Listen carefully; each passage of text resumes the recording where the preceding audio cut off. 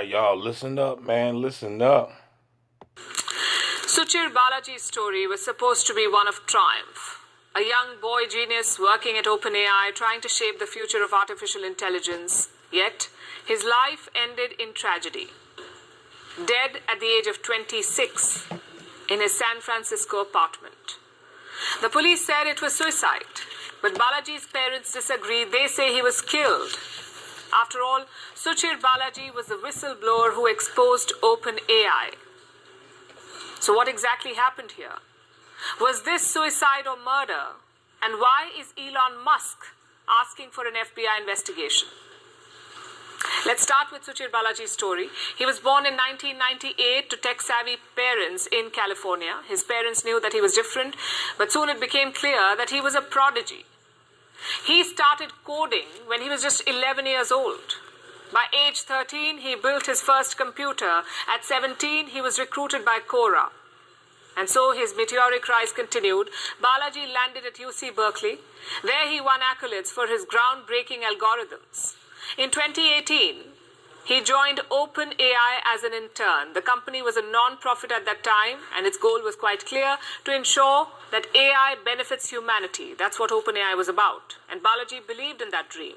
He spent the next 4 years working towards it.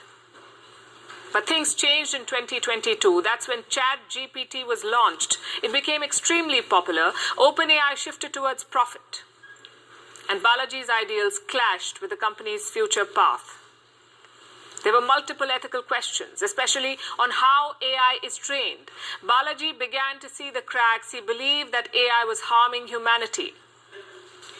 So in August 2024, he left OpenAI, but the idea kept haunting him. And in October, he went public. In an interview to the New York Times, Balaji spoke out. He talked about OpenAI's information gathering practices, about how the company violated copyright laws. He said ChatGPT was damaging the internet. And with this, Suchir Balaji became the OpenAI whistleblower. He then went about his business. OpenAI kept working on new models. Balaji turned to new projects. He was planning a non-profit for medical AI. So everything seemed fine, basically, after that interview. But then things changed in November. On November 21st, Balaji celebrated his 26th birthday. He spoke to his parents. He talked about flying back home. And then he went MIA, missing in action. He did not answer calls. His mother went and knocked on his door. No one answered, so she got worried. She called the San Francisco police. They entered the apartment, and they found his body there. The police later said that Balaji had died by suicide, but his parents were not convinced. So they arranged for a private autopsy. And the results were atypical. So they began to suspect foul play. Balaji's parents say that his apartment was ransacked, that there were signs of struggle. His mother has posted about it on X. And let me quote from what she said. "It's a cold-blooded murder declared by authorities as suicide. Lobbying in SF City does not stop us from getting justices. We demand FBI investigation." So the family are now calling for an FBI investigation, and they found a backer in Elon Musk. He too is asking for a probe. What about OpenAI? What have they said? When Suchir died, the company said they were devastated, but they haven't said anything since then. Balaji's parents too have not mentioned OpenAI. They say that they're not pointing any fingers. But it inevitably raises questions. Did Balaji lose his life for speaking out? You see, being a whistleblower is not just courageous, it's also very dangerous. Speaking out against powerful entities comes with risks.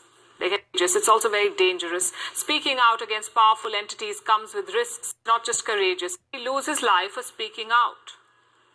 You see, being a whistleblower is not just courageous, it's also very dangerous. Speaking out against powerful entities comes with risks. There can be lawsuits, financial trouble. Whistleblowers can lose friends, they can be called traitors, and when there's big money at stake, the risk escalates. We've seen quite a few examples across the world. But Balaji's case could take a different turn, and that's because of Elon Musk. He already has an axe to grind with OpenAI.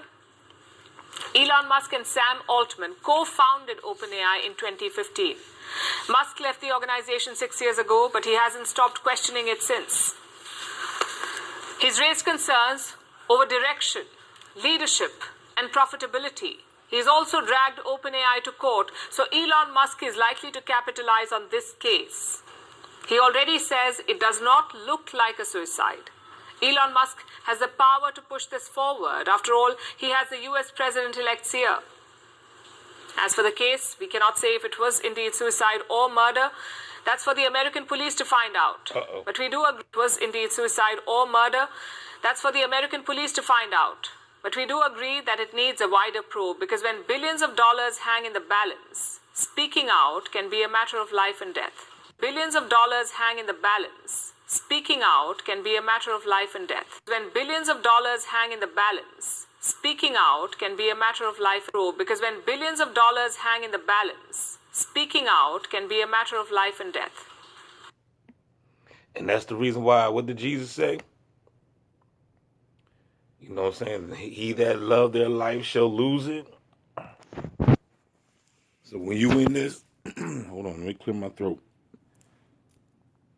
When you in this game, you got to be in this game play. Ain't no half-stepping like Big Daddy Kane said. Ain't no half-stepping. Ain't no half-stepping when it come to this crap. All right? If you ain't about that life, then go over there and join the bot team. Okay? Just go on and join the bot team. Now shout out to this brother right here, this OpenAI whistleblower. You know what I'm saying? Shout out to him. May his soul ascend. You know what I'm saying? Hopefully he did what he was supposed to do before they murdered him. You know what I'm saying? Which is, you know, you already know what the deal is. You know what I'm saying? You know, of course he was gang stalked. You know what I'm saying? He's a whistleblower. See, with certain people, you know, they just take you out. Like with him, they didn't put him in the gang stalking simulation though. They was watching him. They had their eye on him. You know what I'm saying? And then soon they realize, okay, we're gonna go ahead and make our move because he's doing this and he's doing that. Ain't no telling what he was doing. He was leaking information. It kind of reminded me of Enemy of the State. You know what I'm saying? How when that dude he had captured that wicked politician, you know, killing the other dude, and you know they was out to get him. You know what I'm saying? So, and then he had the nerve to say that they're gonna wait to the FBI to go and investigate. Well, who's gonna investigate the FBI? You see what I'm saying? So you know, and then he told me we're gonna wait to the American police to check it out. And he's in San Francisco, so holla at Ronald Davis, man, because Ronald Davis is out in San Francisco, man, and we gotta get Ronald Davis on the phone, man, and see if he know anything about this situation, man. You know what I'm saying? But yeah, man, you gotta realize, man, it's a dirty game out here, player. You gotta stay strong, man, no matter what. The beast got his eyes on you. Don't forget. The enemy is like a roaring lion seeking whom he may devour. With that being said, holla back, y'all. We out.